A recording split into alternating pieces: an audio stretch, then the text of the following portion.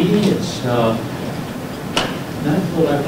on the 19th of October, and first order on the agenda will be introductions. We'll start off with staff.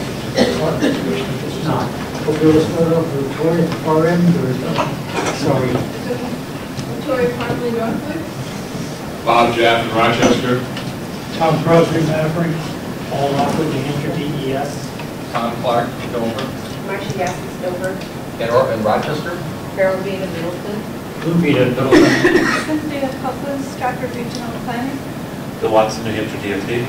Brian Dapscott, Somersworth. Brad Nichols, Coast. Ed Comeau, Brookfield.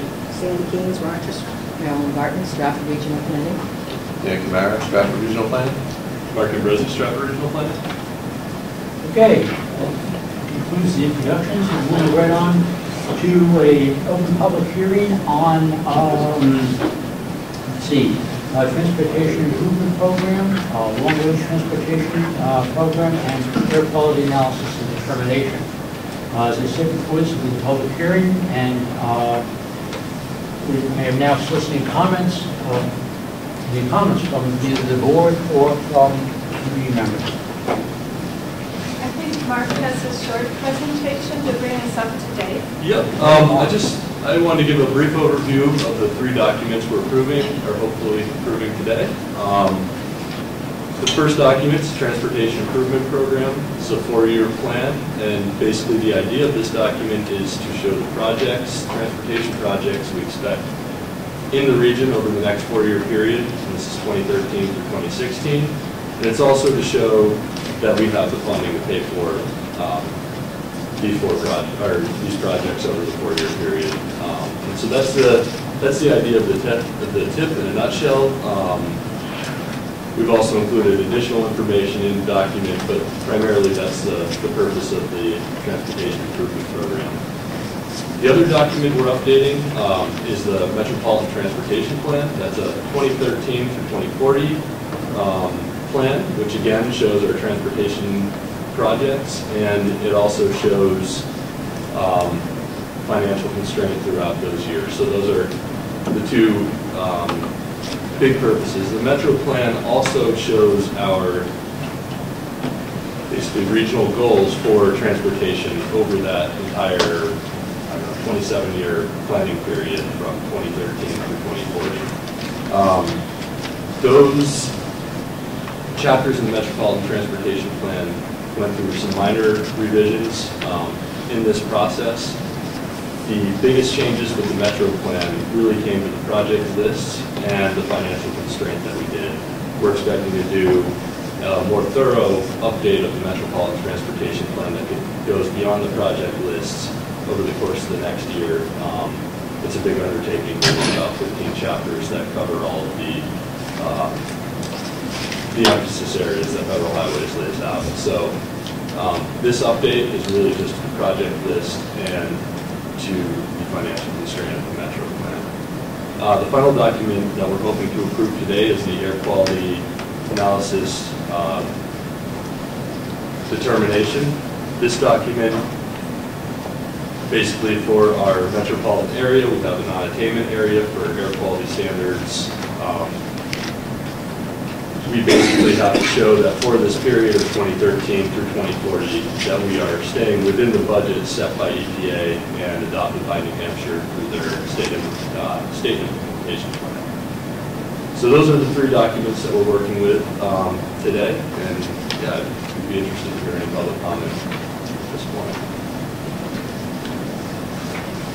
Let me kick off. Mark, on item 4.4, the air quality analysis and determination. You have monitoring stations located throughout the county to make this determination? Yes. How's that done? Sorry, Paul. Lou, if I can check that. See what Paul again. I know this came up at the last TAC meeting too, and I was just wondering if you could explain more about how the budget is set in SIP, the State Implementation Plan. Okay, the state implementation plan is what our department has to write, basically to ensure EPA that we will be achieving compliance with the national and the air quality standards. So we go through, we have a very elaborate analysis we do, and we measure, we have, I think, something like 20 some odd measuring stations. So we monitor real-time limits on a literally hourly basis. We also do considerable amount of modeling. We just develop basically an inventory so that we will have projections and understanding of what the various, there's about 7 criteria points we look at. There's ozone precursors, which is nitrous oxides and volatile organic compounds. We look at things like sulfur dioxide, nitrogen oxides. Anyway, we do a fairly elaborate modeling process to look at stationary sources and local sources.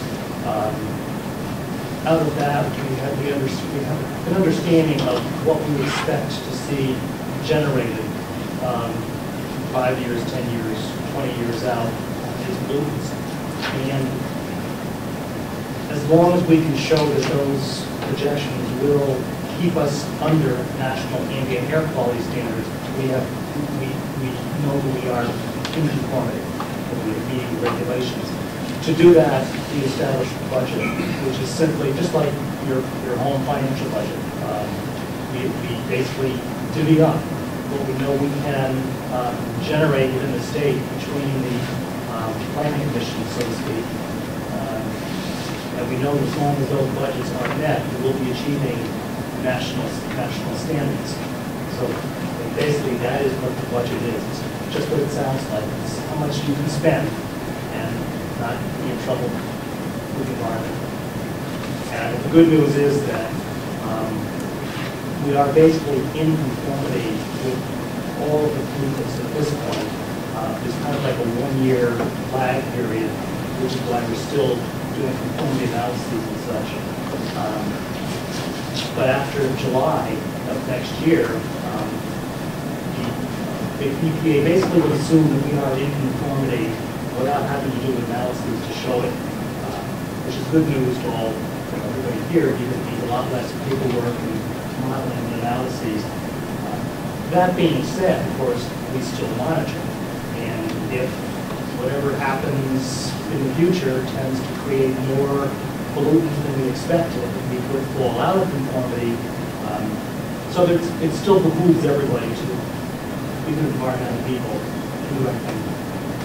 So it sounds to me, just to summarize that, there's really kind of 3 things that go into it. You have your model for the mobile sources, which is what we're talking about here today. You have your model for the stationary sources, which would be factories, businesses, that type of thing. And you aggregate those and then compare those to your on-the-ground measurements of what's actually in the air. So I think that, yeah, there's those 3 parts to it, and that there are these on-the-ground actual studies of what are the actual pollutants in the air. And as long as we're showing that it's about right between our models and what's actually there, then we're in pretty good shape. Exactly. Thank you. Mr. Chairman, may I ask him a question directly? Where is this computer model actually running right now? Is it in an office somewhere? Is it here? Where is the model? Yeah, it's in our office. We have a whole series of dedicated computers. There's one station right near my desk, as a matter of fact, which is a big sign that says, "Don't turn this off." So it's running constantly. Who calibrates the machine? I don't know their names exactly, but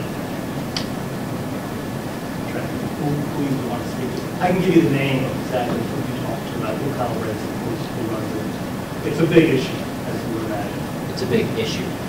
Keeping them calibrated, keeping them, making sure everything's right.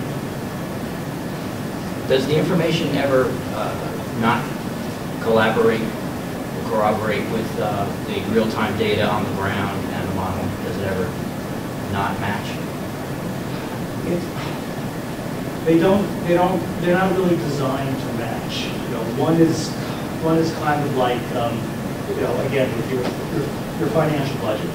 On one hand, you you have a budget which says you're going to spend so much money next year, and this is how you'll make sure you don't overspend. In the meantime, you have your checkbook balance, which says, here's what you have right now. So it's kind of an apples to oranges. One is a check on the other, in that we know that we're meeting certain, within limits by day-to-day monitoring. And if our modeling is correct, then the monitoring should show that we are within limits.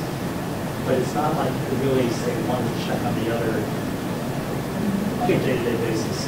It would fluctuate on a daily basis. Say you have, it's a Friday in summertime and everybody's going up to the North Country. We're probably going to have, on that day at 5 p.m. higher than what the standards are. But over time, the average probably comes down within budget. And I think that's what the goal is. I think trying to be accurate on a minute-to-minute basis is not feasible at this point. So we do the best we can with the models that are available. Last time we were here, I had asked who peer reviews the information and the data. Does somebody actually go through it to make sure that it is scientifically accurate? Yes, EPA does, and they're surprisingly thorough. Almost nitpicky than how much they comb through everything to make sure it's right. Just one last statement. I've been reading a lot. This is about a 400-page document put out by the National Academy of Science. They have a big problem with this mobile emissions program. I would invite everybody to look this up and read about this, because there's a lot of findings in here that the EPA has also, even today. Now, this is the mobile series, and I know the MOVES 2010 is a different program, but it's still Fortran based, and it's still governed by the EPA. And it sounds like the fox is watching the hen house when the same entity that designed the program is the same entity that's watching the program and saying that we're out of attainment. And I would hate to see, us rely on a modeling program that may not be accurate and moves us in a different direction. Other than Personally, I agree with you. It's a brutally complex computer program. Going from, we had one called Mobile a few years back, we switched to a new one called Rules. And the things that it tries to account for, constantly amaze me. I mean, the computer program actually takes into account a little tiny bit of emissions that comes out of your gas tank when your car is sitting in a parking lot on a hot day. It tries to figure out how many times you cold start your motor, which is the first time you start it, because when you cold start a motor versus after it's been running, it puts out more pollutants than when it's a warm engine. I mean, I guess it's right up there with census projections, and then it's trying to figure out what human nature will be like years from now. How many times do people start their car? Census tries to figure out where people will be living and what they'll be doing. It's the best model we have, and if we didn't use it, I don't know what we would use. Maybe that's the best answer I can give you. It's the best we have. It's horribly accurate, assuming the input data is all accurate. Just one last comment. Yeah. Under the one finding here, and this is the mobile, this is not MOVES 2010, but I didn't bring that with me, but it has the same similar findings. It says there are uncertainties in the data used to develop model algorithms. The statistical analysis of the test data and the model input parameters. All of these lead to large uncertainties in model outputs. And it's throughout this whole entire document that they have a problem with it. And the new MOVES 2010 has similar issues.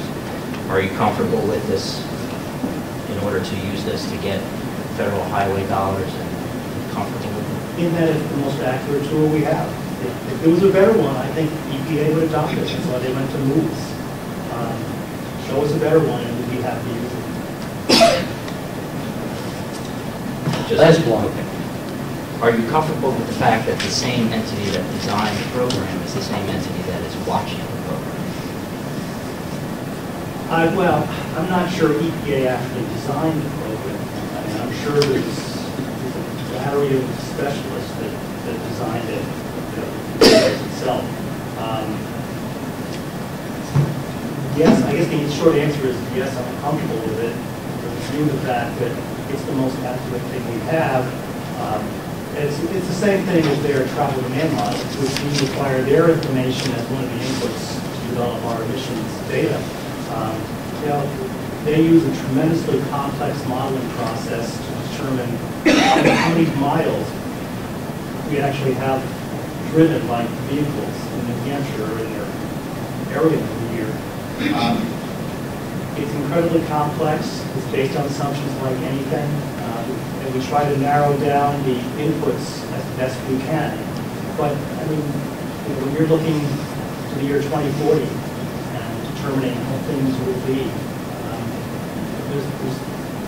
I agree, there's going to be room for error. Thank you. Victoria? Does it talk about whether it's overly conservative, that it exaggerates the amount of pollution? Yes, it does.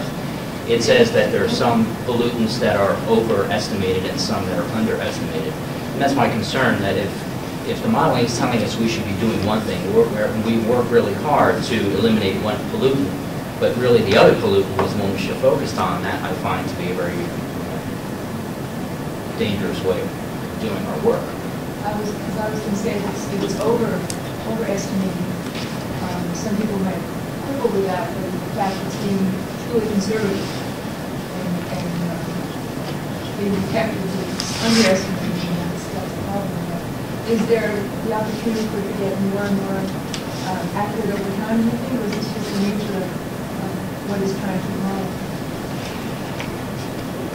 They keep trying to improve it. We're going from moves to moves, 2010A to 2010B. It's constantly being upgraded. I guess the tough question is, if you're upgrading a program that's where the basic assumptions aren't all that accurate, how accurate can it be?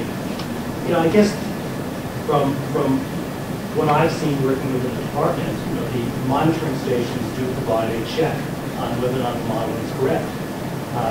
Over the years, all the pollutants, carbon monoxide, nitrous oxides, ozone, organic compounds, they have been falling steadily over the last 2 decades. If we went back 2 decades, I didn't even know we were doing modeling 2 decades ago, but the modeling was showing that it should be coming down, and lo and behold, 20 years later they came down. Then maybe the model was right. Any further comment? Cynthia? I'd just like to add to Ed's question about who checks the checker. I'm sure if we were to inquire of EPA, just like Tom's sitting here and he checks on the applicant and the planning board's decision of conditions, and part of your job is to check on what it was that was agreed to. Within EPA, the organizational structure is such that EPA is checking within its own system with distinct organizations doing those functions. I'd like to think so. They are. I'd just like to point out as a final, I guess, thought or comment that models are, it's kind of a, you know, it's not supposed to give you the exact right answer. I don't think any models are right, you know, or meteorological models, any of these models are exactly right, but they're supposed to give us the best idea that we can get so that we can move in the right direction. And I think that's what it is, it's a tool to help us get closer to where we want to be, have more information. And it certainly beats shooting from the hip and not having any information about this, what we're trying to do, and not trying to calculate this at all. So, you know, it's a best guess. Yes, it is a model. It's not going to be perfect, but it certainly helps us move in the right direction. And I think that's the real point. And over time, I think the other important piece is it's getting better. It's not that we're regressing and getting a worse model over time. We're really trying to do the best job of estimating these numbers because that's the goal. It helps everybody more when you're doing a better job with the information. I think the word here that's been we're trying to talk around is validation. That's being done by a independent firm looking at the software, and I know it would have been brought up if that software validation was being done. The fact that it isn't done is a fact, maybe a fact. It wouldn't mean that it would have been brought out if it was being done. The fact that it isn't being done delivers what we have, and we hope that the answers that we get on picture of real life conditions, and we hope we can move forward. We're below the limit right now, so this may be academic. I just want to ask, did you just say that no one assured that this model was validated? Is that what you just said? I think the question was being asked, and we were talking around the word validated, and nobody has addressed that. All right, I would like to leave that open so we can resolve that, because I believe this model is validated. This is validated again as an outside source? Yeah. Okay. Yes. And to carry on his point, the questions that are being asked, no one at this table is the designer of the software. We don't have representatives from EPA here that can answer those questions. So to jump to that assumption, if that's what the assumption is this is an invalid model, no one here is an authority to speak to that regard. I think what Paul is trying to explain and what Mark is trying to support is that based on the best models that the agencies have available to them, modeling and real-time data is showing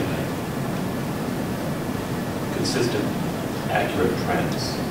That just like, all I can picture is a hurricane model that we all see on the nightly news that will show a dozen different paths for a potential hurricane. Most of those are in the same general direction. A couple of them are a little bit more extreme in the direction they go, and usually those are not the models that are followed.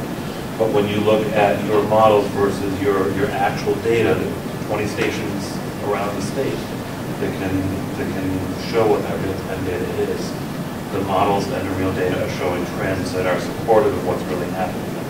Validation, none of us can answer the validation question. We're not the developers.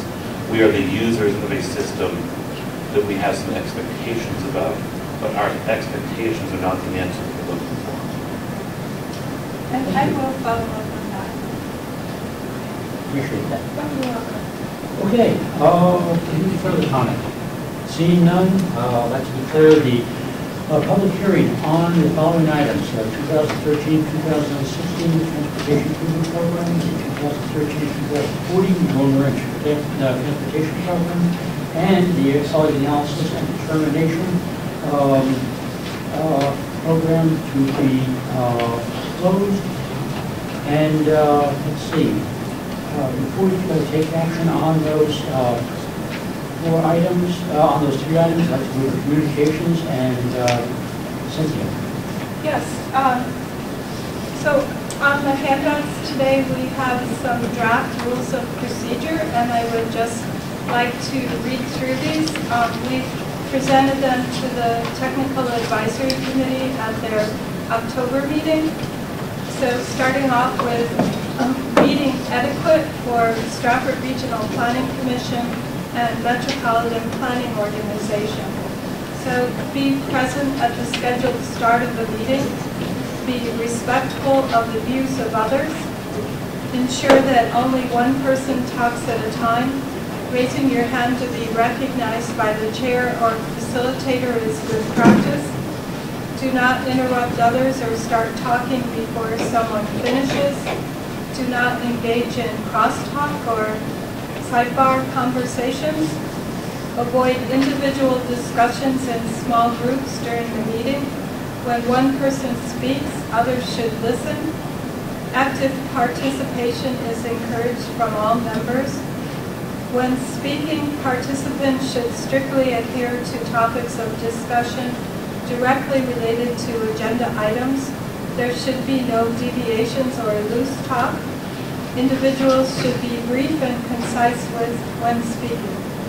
So the Strafford Regional Planning Commission and the Metropolitan Planning Organization holds both public meetings and public hearings. We've just had a public hearing. For public meetings, guests are welcome to observe, but should follow proper meeting etiquette, allowing the meeting to proceed uninterrupted. Members of the public who wish to be involved and heard should use such venues as citizen forum, public hearings, public comment periods, outreach events, seminars, workshops, and listening sessions. So if anyone has any comments or would like to make any changes, I'd be glad to take your comments and reflect that so that we could continue forward with all of us having an accurate understanding of the rules of procedure for the Strafford Regional Planning Commission and Metropolitan Planning Organization. And I'd further like to say that the work of the Metropolitan Planning Organization is funded through the United States Department of Transportation, through the Federal Highway Administration and the Federal Transit Administration. Thank you, Mr. Chair. Thank you, Cynthia. Brian? Yeah, thank you. Cynthia, you're asking for input from? Okay. On that line, explain to me again what do not engage in crosswalk is all about. Talking over each other. Oh. All right. Is unless someone else understands that as something different. Oh. Okay, Ed? I can give an example. If I have a conversation with Sandra here while you're talking, or on the side. Thank you, Mr. Chair. I was just, if I could ask, what prompted this? It seemed pretty elementary. It seemed appropriate that we needed to go back to the elementary. No. We've been having some challenges, and so I thought it was time that maybe we needed to go back to step one and clarify so that everyone had the same understanding and acceptance of how our meetings are run. Thank you. You're welcome. Essentially, we are reinforcing or enshrining Robert's Rules of Order. You know, this is in a nutshell. Since it says draft, I would imagine that you'd like us to consider this kind of vote. Just I think we should move forward on this. Okay, great. Okay. Did you have? I just wanted to respond. I like what Cynthia's trying here. I think all the regional planning commissions are trying to do this. And it is elementary, and it's something that we're doing at the department as a course of business as well. I look at this list and I reflect back on my 7- and 9-year-old. And you know, it's not much different than that, and it's not meant to be insulting in any way. But there are many venues that we're all involved with, and in the department right now, from our own perspective, communication and respectful communication is something that we are trying very, very, very hard to improve upon. And so at the beginning of any meeting, on Monday morning, I'll be meeting with a number of the staff from the 9 planning commissions as we talk about the 10-year planning process. And the first thing we're going to do again is go over the common sense. Here's the basic ground rules. Everybody knows them. But every now and again, it's important just to remind ourselves of where we stand. So it's intended to just be a gentle reminder to all of us about the fact that whether it's here in an MPO meeting or a TAC meeting or another public meeting venue, we all have to have some common sense and professionalism towards each other. A lot of that is lost these days. So we see it internally in the department quite a bit. It's all about the core. It is. Okay, Victoria? Yeah, I think part of this is coming from the fact that as Strafford is trying to run meetings, she's been introduced to having public comments. And there have been some problems in regard to allowing public comments and not having a takeover meeting. And that has happened recently, and I think it's something that needs to be addressed because at a recent meeting, the public had almost more weight than the members of the commission in the meeting. And it was an awful situation for the chair to have to deal with, but that's what happened basically.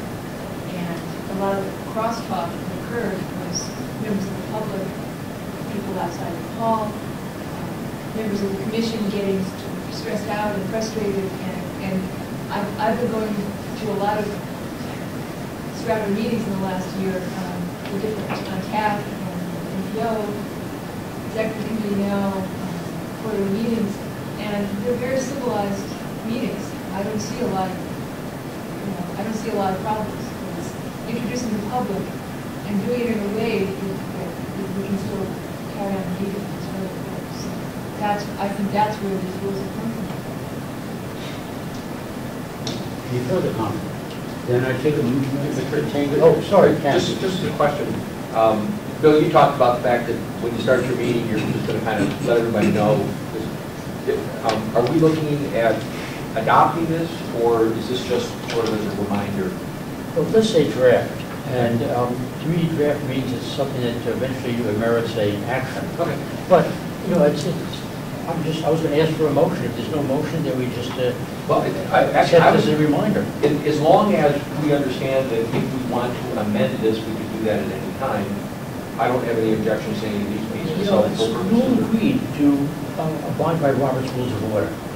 This essentially is just a reminder. Yeah. And so we can handle either one, either way, either as a something that we take more formal action on, or just take it as a reminder. I do want to make a motion to formally adopt this as our Motion made. I'll second that. Motion made and seconded. Any further discussion? There's no further discussion. All those in favor of rules and procedures presented by Cynthia, please signify by saying aye. Aye. Those opposed? Nay. I'm sorry, who was that? And it's, with the exception of Bob Jaffin, the motion is approved. Okay, anything further? That's it? Okay. Oh, I'm sorry. I just wanted to remind commissioners in attendance, the upcoming quarterly commissioners meeting will be held here in conference room 1A on November 8th at 7 p.m. We're going to use Robert's rules. You should not record his name as saying nay because we do not do a roll call. True. I think it did say Bob Jaffin, the exception of Bob Jaffin.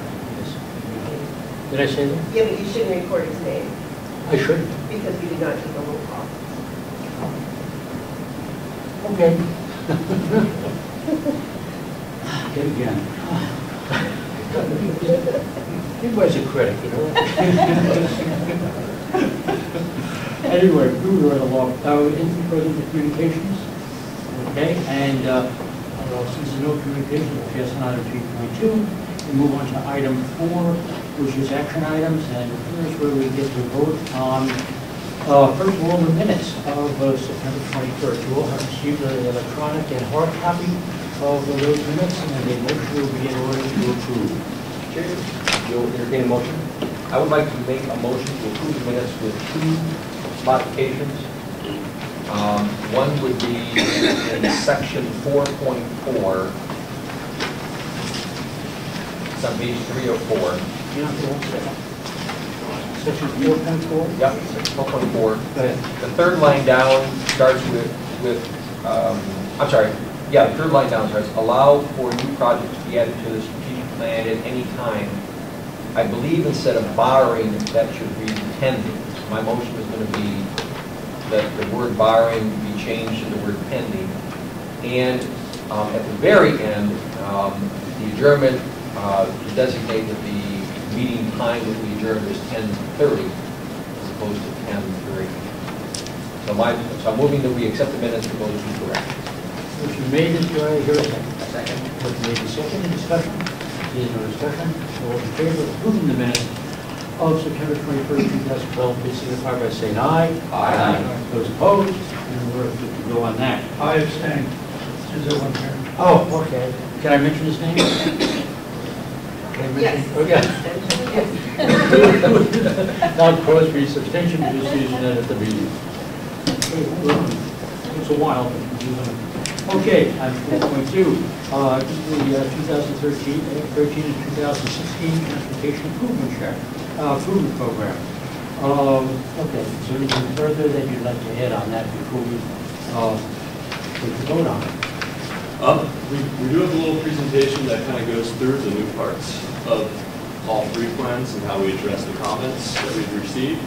I can do that now, or right. This is the start of our meeting. We had the documents overview. We kind of went into this already in the public hearing section of the document, and this really just goes over the purpose of the three different plans that we're talking about today. So stepping into the transportation improvement program. So I talked about the two parts that really make this up, the project lists and the financial constraint piece. And what we have here is an example of the project list, how it's set up. I think these are in, it should be in one of the handouts also. And so what we have here is very small on the screen. We show a number of different attributes of the project through the list portion. The location, the state project number, the route or road that the project is on, the total cost, and this extends outside that 4-year period that we're talking about. The scope of work, the exemption code from air quality, or the non-exemption code, I guess, let's say NE in that situation, and any comments that DOT had about the project. The other things we show about these projects are engineering, which is represented by a P, right-of-way, which is an R, and construction, which would be a C. So which phase it's in, which year the funding is for, where the funding is coming from, so that would be federal dollars, state dollars, or DOT dollars, and other, which would be local or private, or any other sources. And then also we have the total, and we have the total for the years that the project is being engineering or construction or right-of-way or being done for within the plan. And the other thing we have here is the funding source. Now, following up on this project, we also have made a Google Earth layer that basically goes through the same information. So if you want to see this more visually, this is tied into our Google Earth. And this is just a little screenshot of the Google Earth. You click on the push pin, that's where the project is, and you get this box that pops up. And it talks about it once again, project number, the project scope from New Hampshire DOT, anticipated start of construction. So we don't show all the phases in this, we just show the first year of construction. Total project cost, and again, this is extending beyond that 4-year period, and also the Clean Air Act code. So we have a number of different ways to track projects at this point, trying to make it a little bit easier for people to understand the projects, understand their location, and what exactly is going into the project. Along with financial constraint, which we talked about at the last policy meeting, we were asked to do a couple of graphs to make it a little bit easier to understand. So what we've done here, we've made some of these graphs. This first graph over here, we have the total funding for New Hampshire, the revenues that are expected, and those came from the New Hampshire 10-year transportation plan that was approved last, I guess the end of last June and adopted July 1st. And then we have the total funding for our region that's expected. And now this really shows all the way through the 10-year plan period, because the information for funding is pretty good throughout that entire period. And on the right here, we have another graph that shows basically the same thing, but it also fills in the funding levels for the rest of the state. So at the top, the screen piece, we have our region's funding. This is the funding that's programmed for the rest of the state. So there are two funding together. And then up at this, I think it's hand piece, peach piece up here, this is the anticipated revenue per year. So it's comparing that allocated funding that we programmed to the revenue, and it shows that for most years here, we are in financial constraint. The real important years are the first 4 years to show that we actually have enough money to pay for all this. Moving outside the transportation improvement range to getting into the 10-year plan or long-range plan. This year right here, 2021, looks like it's way out of financial constraint. The reason that is there's $190 or $170 million for the 89 93 interchange and that stretch of 93. So that's programmed, that's funded through the Turnpike system. And so our assumption is, because of historical success with their bonding program and with coming up with money for these projects, they will have that money to cover that expense in 2020. We're also asked to give a little bit of information about project type. So this is a breakdown of the number of projects for different purposes within the region. So what we have here is transit and congestion management. So I included the Rochester Park and Ride in there also as part of the transit piece. The livability, this is the bike and pedestrian. We've included projects like the 108 Bike Shoulders project from Durham to Newmarket, and then also the Newmarket to Newfields. We've also included the pedestrian bridge in Newmarket going over Route 108, and we've included, there's a Summersworth transportation enhancement project that was included. Intersection safety, we have 3 projects that are really dedicated to intersections, and actually a couple of these projects were breakout projects from the Little Bay Bridge project. So we included interchange work with, so let's say exit 3 and exit 4, those would go into intersection safety. We have bridges. You can see that's the biggest slice of our pie, which is our top priority in the region, so that's a big thing. And capacity expansion. So that's really getting to the phases of the Newington-Dover Bridge project that actually expand the roadway and make it bigger. And on the right, we have a breakdown. So for each of those categories, we broke down, and I just added up the total money dedicated to the projects that are included in that chart on the left. And so you can see that capacity expansion projects are really expensive to do. And some of the other projects cost a little bit less. Yep. I just have a question. In Barrington, you're talking about intersections at Greenville and 125.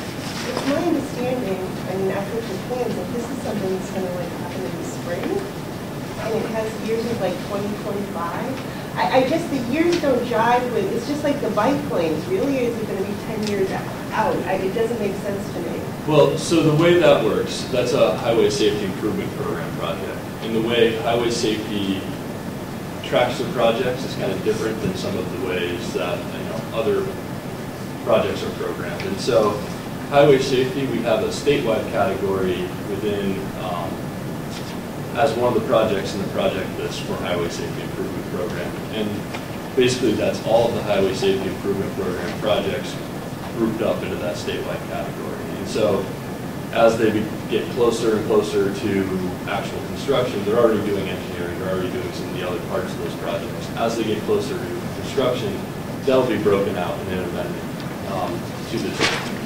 But at this point, because it's not specifically, I guess, recognized in our TIP or the 10-year plan or the long-range transportation, or, well, it is in our long-range plan, but it's not recognized in those other plans, we still wanted to call it out just to show that this project is a priority, even though we know and we assume that this is going to happen within the next year or two. We don't have information that was broken out in that way. We don't have the project costs, so that's not broken out of that statewide category at this point. So here it's Yep, that's 13 years out. It just, to make it usable information, and I look at it only because, like in the town of Barrington, we collected funds that could possibly be used towards this, but we can't keep them that long. Yeah, well, again, that project, we really are expecting, it's tough with those group projects. Highway safety is I think, the best example of it. Congestion mitigation, air quality beyond the 4-year tip range, those are all grouped. We don't really have any of those broken out. So there are those projects that are, basically we already know about them, we know they're going to happen, but because they're not specifically called out, we've included them in the long-range plan. And so what you're holding there is the list of projects for the long-range plan, and we wanted to call it out. Now, once that moves into the tip range, once it's being constructed, we're going to pull it out of there so that it's not in there. We expect it to happen sooner, but either way, we want to call it out so that we have information about it, so that we, indicate that it is a priority, even if it's, we know it's going to be constructed sooner than what it's being shown as. If I can add on to what Mark is saying, in our 10-year plan and in our STIP and statewide level, there are many programs, annual programs that occur, TEC, Max Savers to School, HSIP, City Byways, probably another half dozen or so that, whether people like them or not, are programs that have existed. Mark's absolutely right from a programming point of view, from a planning document point of view, and that's what both the long-range transportation plan and the TIP, especially the out years of the TIP, should be used for, is to demonstrate a level of funding towards an effort. So in the HSAP program, we're going to spend X amount of dollars statewide over the next 10 years. At the same time, we are actively developing individual projects with communities. And at the time that this TIP process started, it is quite likely that we didn't have enough details about the American project for Mark to be able to break that out and put it specifically into his plan. That doesn't mean it's not happening. It doesn't mean that it's not scheduled or the town of Barrington should be planning for it. It's simply, it's a timing issue. And if you're working with Stuart Thompson or other program managers that are overseeing that project at DOT, that's the governing criteria right now. That's the direction that we're taking is whatever the town is talking about officially with the department, that will supersede TIP. It's not to exclude the TIP process because it's already, as a statewide program, it's recognized. Just don't take, I guess, use the long-range plan as a guiding, here's where we're going, but use the conversations that the town is having with the department as the day-to-day, here's the actual schedule. Mark, anything further? Not about the transportation improvement program, I think. Yeah, anything further on transportation? Nope, not about the TIP. Mark, moving on to, let's see here, long-range transportation.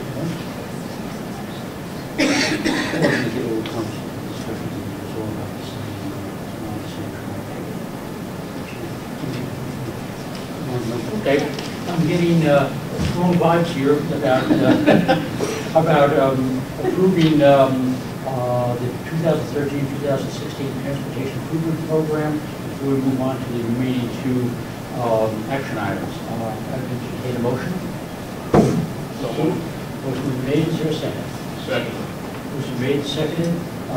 Any further discussion? There's no further discussion. All those in favor of approving the 2013-2016 Transportation Improvement Program, please signify by saying aye. Aye. Those opposed? It's unanimous. Moving right along to 4.3, 2013-2040 Long-Range Transportation Program. All right. And so, again, we talked about what the Metropolitan Transportation Plan is. It's that 2030 to 2040 time frame of the transportation projects, strategies to achieve the regional goals, and financial constraint for the transportation projects, including in that list that, the long-range plan transportation list. So going through, we just put in a clip, an example of some of the years. This is what the long-range plan listing looks like for the projects that are funded. Again, I recognize this is really small. I think there's versions printed out also of the entire list. In this list, just go through the fields that we have. We have the town, the Clean Air Act code, the project type. So is it a bridge project? Is it a study? Is it a livability project? Intersection safety? We talk about the location of the project. We talk about the issues that communicated with all the communities at this point. We've sent lists out. We've talked to them about why these projects are needed, and so we try to relay that in the issues. The anticipated scope, we try to lay out what we think our best guess at this point of what the project is going to be.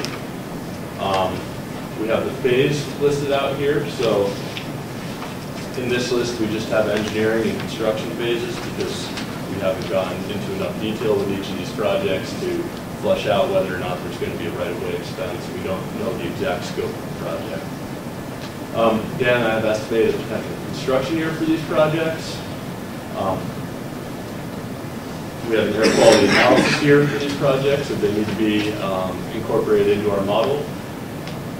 We have year of expenditure cost estimates. So in the year that we expect them to be constructed, how much is that going to cost? And we've used a 3% inflation rate on all of these projects. So we're using, 2013 or 2012 dollars, and we're applying this inflation rate over time so that we're getting our best guess of what the cost would be in whatever the construction year of the project would be.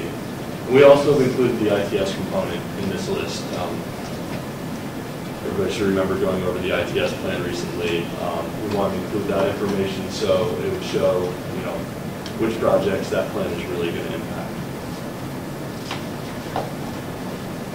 Moving on, we have the Metro Plan Financial Constraint Analysis. In the Metropolitan Transportation Plan, it's going to show all the information for that first 10-year period also. What we have here is all the years beyond the New Hampshire 10-year plan. So this is the out years. This is for that Metropolitan Transportation project list.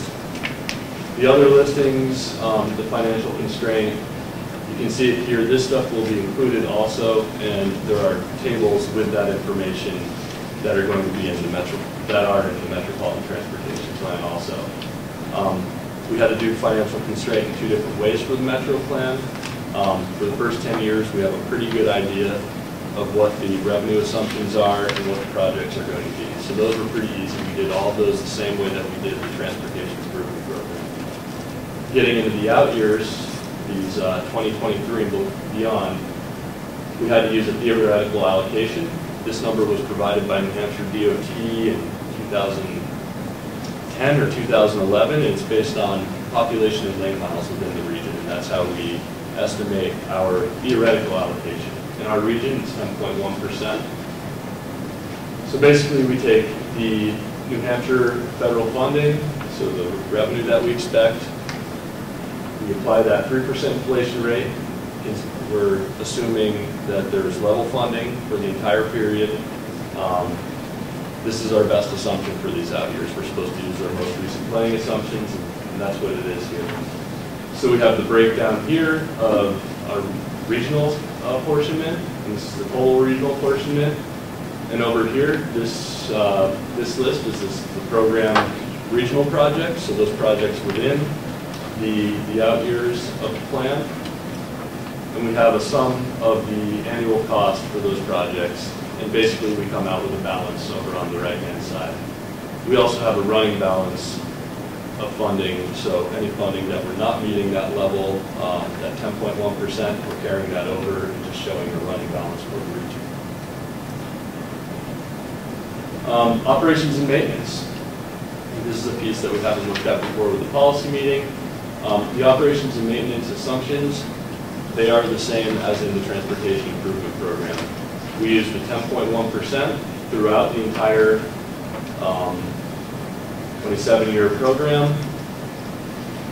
And basically, we just laid out Strafford Region's theoretical resources based on the lane miles and population. For the first 4 years, New Hampshire DOT has assumed that the funding for set aside for operations and maintenance is what they're going to program in for operations and maintenance, and we kept that assumption. So we're basically assuming that our resources are the same as our needs at this point. And that's what we've done for operations and maintenance. So the planning assumptions, once again, those are in the Transportation Improvement Program. They will also be included in the Metropolitan Transportation Program. So, Yes, ma'am. Something jogged my memory from last meeting. I think I questioned the 10.1% for transit. Was there ever any follow-up on that? I don't think, well. Was that at the maybe it was at the last It, time? it was at one, I remember this conversation. It was the idea that transit funding in New Hampshire split up a little bit differently. There's urbanized areas and rural areas, and so as an urbanized area, our apportionment is slightly higher than that 10.1%. We never got to the bottom of what that apportionment should be. Yeah, we were assuming that 10.1% across the board for all of those programs. I believe that it's up closer to 20% or 18% or something for actual transit share, but because that's not broken out in the information that we were provided, we've been consistent with the theoretical assumptions in the out years. I think that is something that needs to be addressed, and we'll work with DOT to figure that out looking ahead. But we definitely should note in the comment document that that's in there. Okay. So that it's a future work item.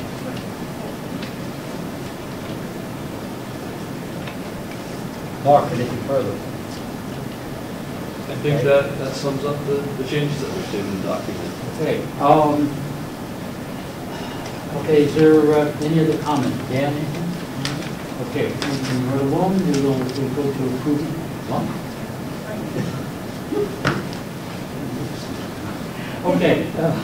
Okay, motion would be in order to approve the 2013-2040. I move to approve.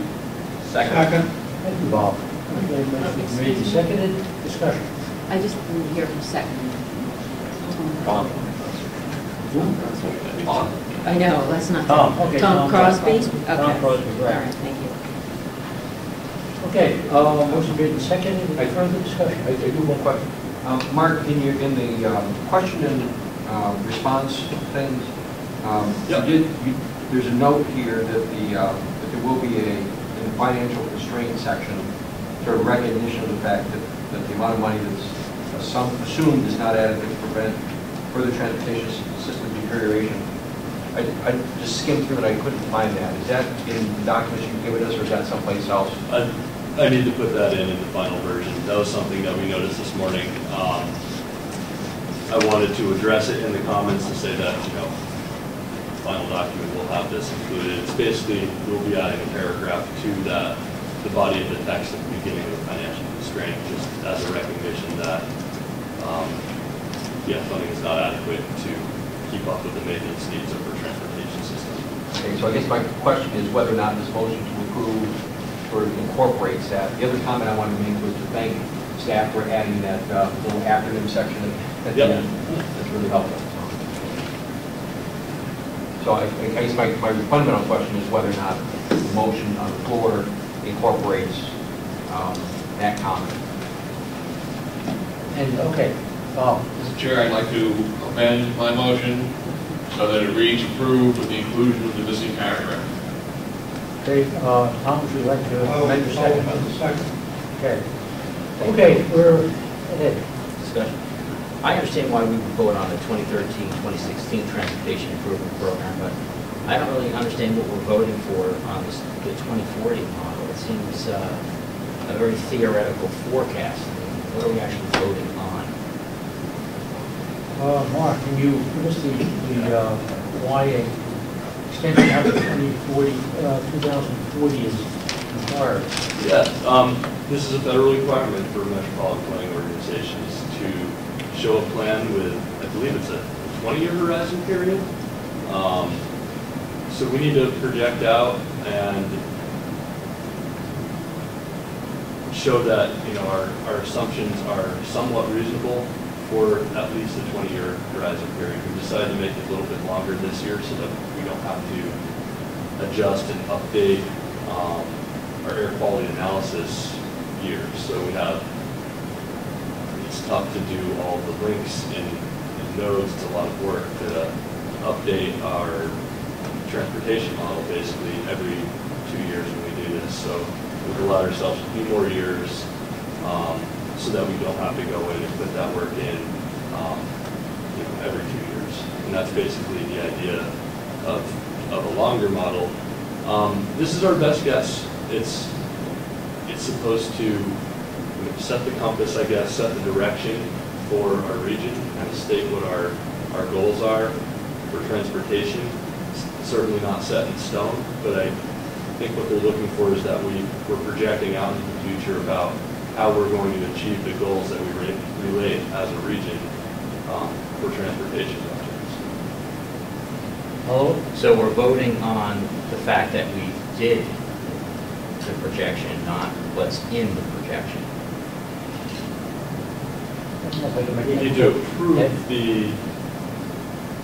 We need to approve the document so that we can say that this is our projection, then we've met the criteria that Federal Highways has established. So if we don't have an approved document, we don't meet the criteria, but we've already gone through the process.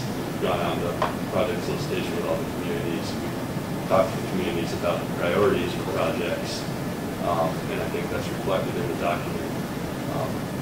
We need to approve the document just to have something to show them that we have followed the process that they're requiring. Thank you. If you are voting. Yeah, I'd just like to clarify, that was a question of both process and content, if I understand correctly. Correct. And it is content and process both? It is. Yes. Yeah, thank you. You're welcome.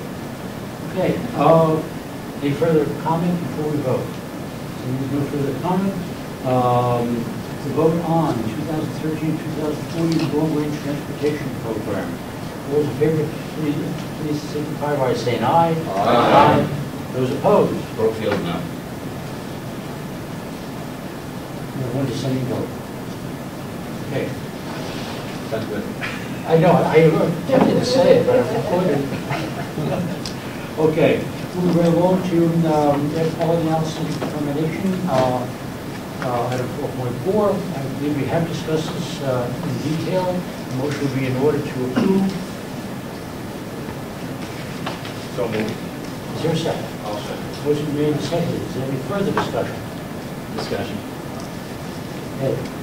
Just one last comment about this. The DOT, New Hampshire DOT representative stated that there's insufficient technical expertise to basically understand the modeling. So therefore, I don't know how we can vote on something if we don't have if we're insufficient technically able to understand it. So that's my comment. Sandy? I'm not sure I heard him say he didn't understand the modeling. I thought I heard him say he didn't know the intricacies of modeling and put together, which I consider somewhat different. If I can clarify the comment I made earlier, there's no one in this room from EPA that can validate the model as it was asked about. But there is a significant amount of technical expertise at the state and regional level that have been using these models that they recognize as the best available. But the question that I was responding to was, did anybody validate the model here today? Right. There's no one from EPA here today that can validate the model.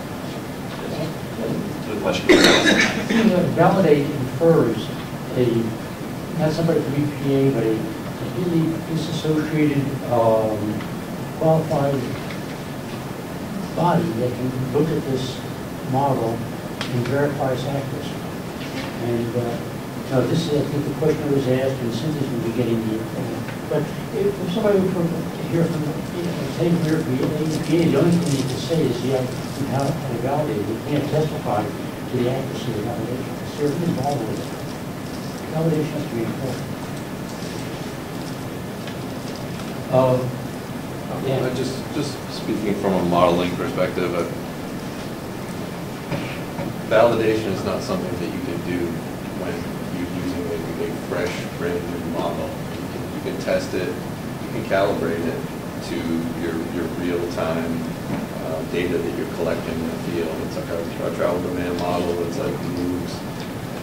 Validation happens later down the road once you've seen some results and you've had some more data to back up the modeling. So your calibration is done up front with your baseline data, but as you model, that's when you can start validating. So you start modeling when time starts passing, keep that data collection going, and you can validate as you go along. So perhaps you're dealing with definitions here. I'm going to read more. My experience has been validation occurs on the software that makes it, that drives the model prior to the model being put into service.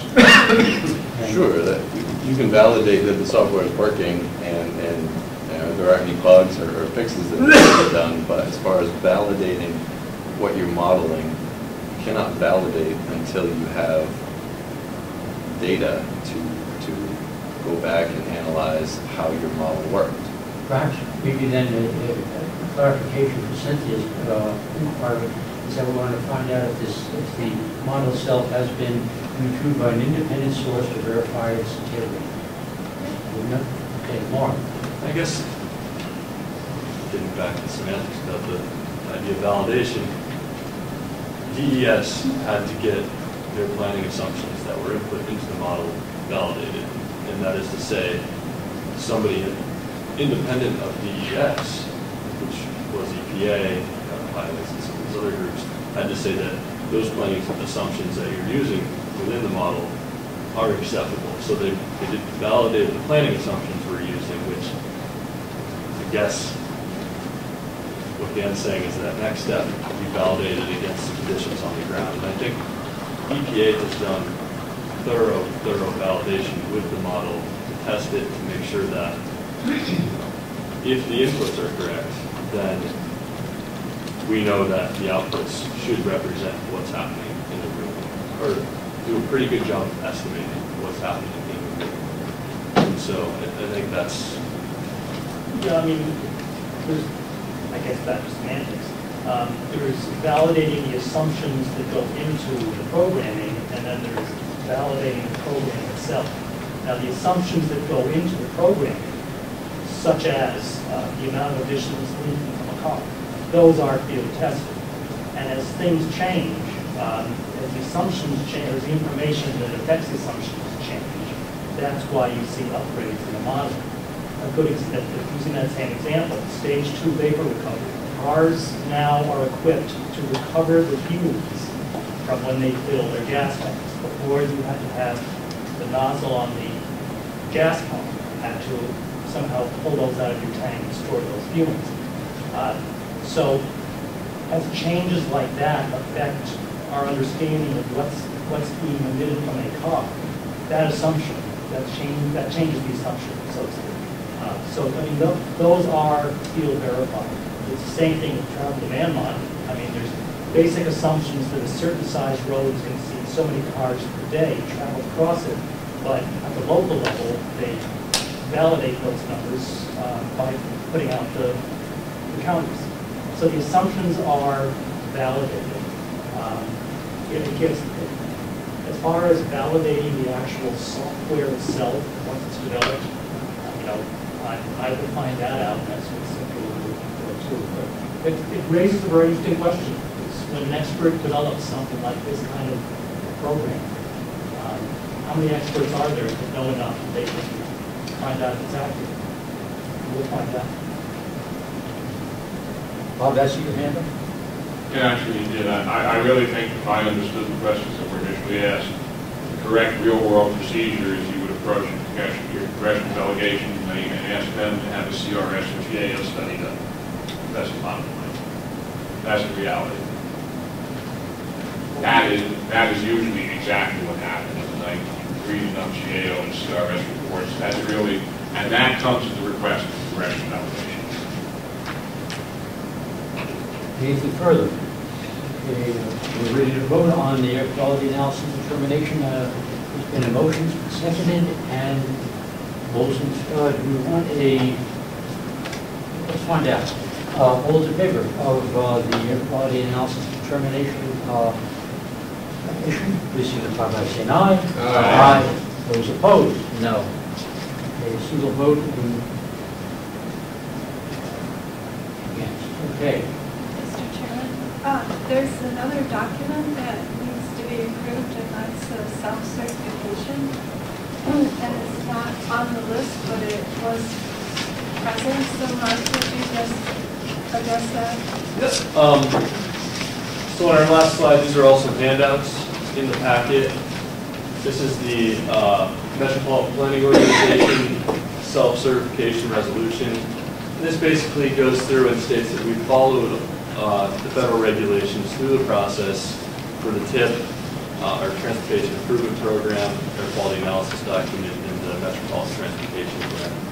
This sheet on the right here, this is going to be included in all three of our documents as part of the approval, just saying that we basically followed the federal process. On the left here, this is a Safety Lou MPO checklist. Safety Lou was the past transportation authorization before moving ahead to progress in the 21st century. I don't remember what the acronym stands for. It's a doozy. We use this same checklist. This checklist, most of, or I think everything in this checklist carried over to the MAP 21 reauthorization. So it's still very relevant. We went through it, just make sure that you're following, once again, you're following the federal regulations about how you're supposed to go about this information. Are you going out to the public and soliciting projects for your project to reflect your strategies within the plan or your priorities within these plans? And so we went through, I put a couple of comments on the right side about where you can find some of the information. I think annual listing of obligated projects is one of the questions on there. Have you published an annual listing this year? The answer is yes, and here's where you can find it. And so we're just trying to provide that extra level of information in these documents. Once again, the self-certification is something that is a companion to these three documents and needs to be included in them.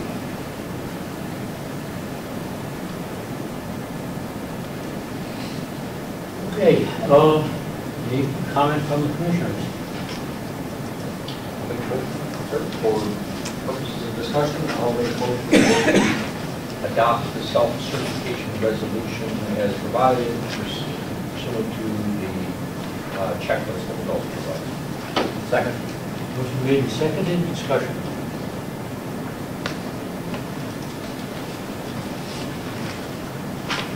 Has the board had a chance to look this over? Or they feel that they are in a position to vote on this issue? I'm not in a position to vote on it. Just to explain my motion, I voted on this certification for every single year that I've been on the NPO. For all practical purposes, it hasn't changed. So has this come before the every year? Before the commission? Not the NPO. No, but not before the commission. The commission doesn't sign it. This is an MPO function.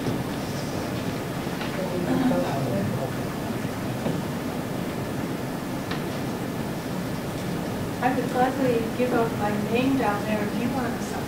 No, well, that's got to do with it. If that makes you feel better. No, that's fine. I just wanted to, I'm trying to,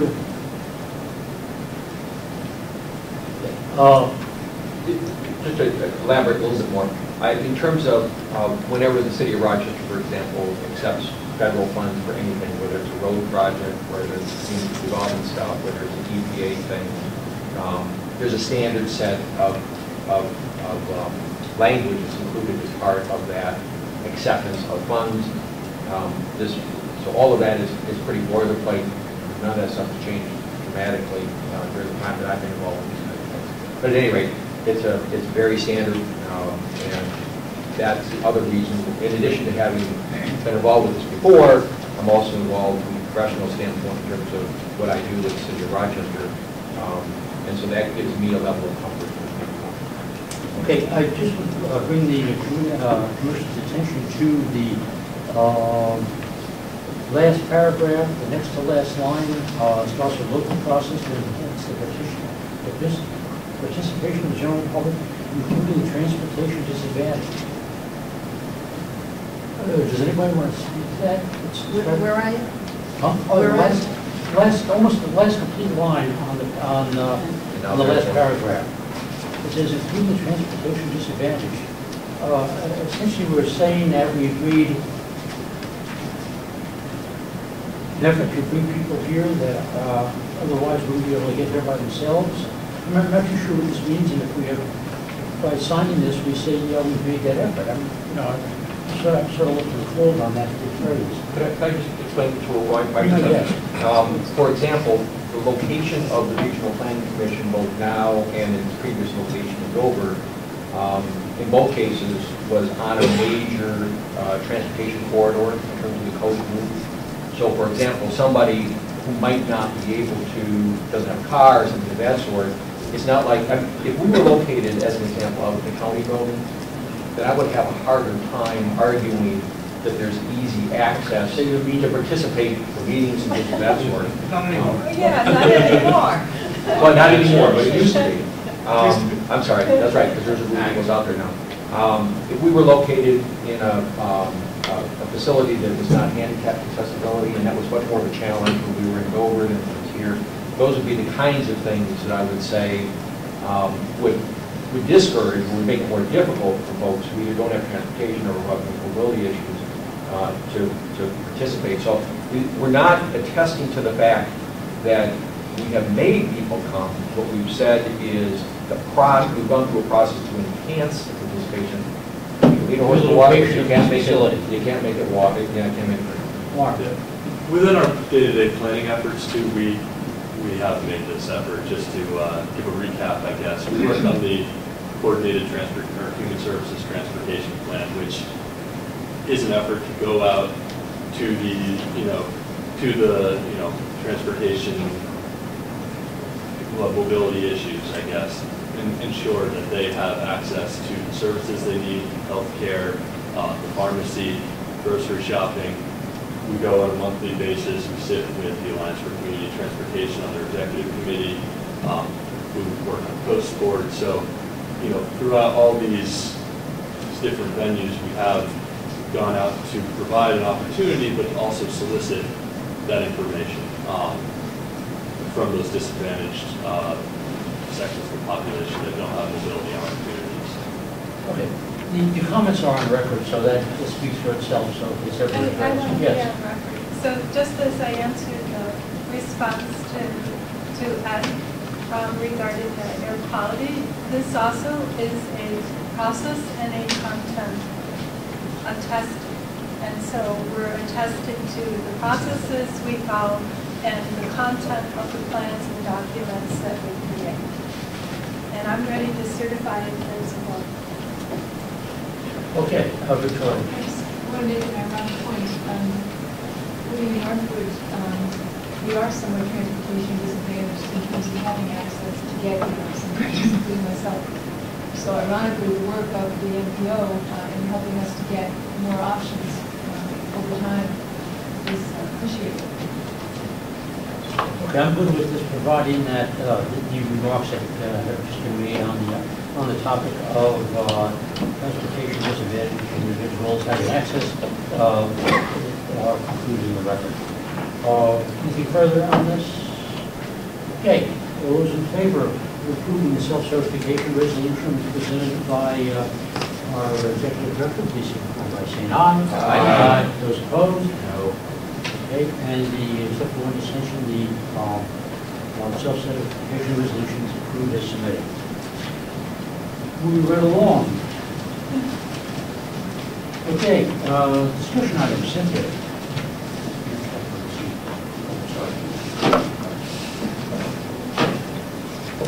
I forget. Oh, Commissioner How about we go back? Commissioner Clement.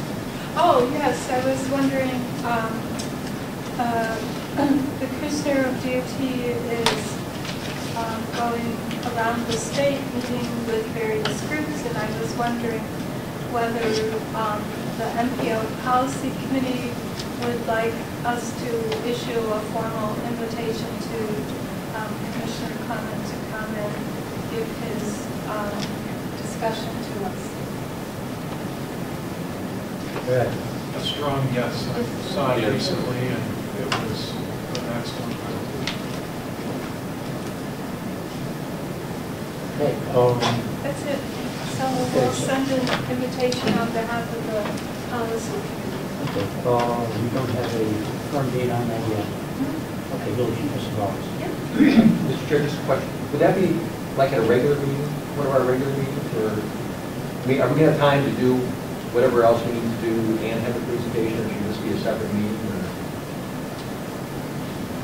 Go ahead. I was just at the Rockingham MPO meeting, and they handled it as part of business. He was a guest speaker. Oh. So, normal course of business. It was, 15 minutes, another 5 for questions. Okay. Thank you. Well, actually, with the approval of these documents, our agendas are going to open back up to more general presentations over the next several months. And project solicitation starts in January, February, and we'll be looking at at our contract with DOT, our 2-year contract and the scope of work. And those will be the largest things that we're looking at in the next 6 months. So we have time for speakers. Maybe we can have somebody come from EPA and talk to us about modeling and validation. I mean, I'm sure they'd love to come. Thank you. Yeah. Okay, moving right along to project update. Mark, do you have anything else to add to what you've already? I don't believe so. I see you do. If anybody has any questions about recent projects, I can't think of anything that I have right now. Good presentation. Yeah. Concise. Okay, moving right along to other business. Anyone have anything I can put on the agenda? Head to other business. Go ahead. Just a quick update on Coast. We broke the 500,000 threshold this year in terms of passenger trips provided, which was the first time ever. It's the 12th out of the last 11 years that we've set a record providership on our system. The 1 year when we didn't, that was 2009. It was a record year in many other ways. Mostly for loss of employment, which impacted our system. We took delivery yesterday, or 2 days ago, sorry, of our first bus related to our CMAC expansion for Route 2 and trolley service as part of the Little Big Bridge expansion project. We expect to get a bus or a trolley today, and 5 of the 6 vehicles have been released from Gilligan, California, the manufacturer, to be shipped. So we're close to receiving all 6 vehicles.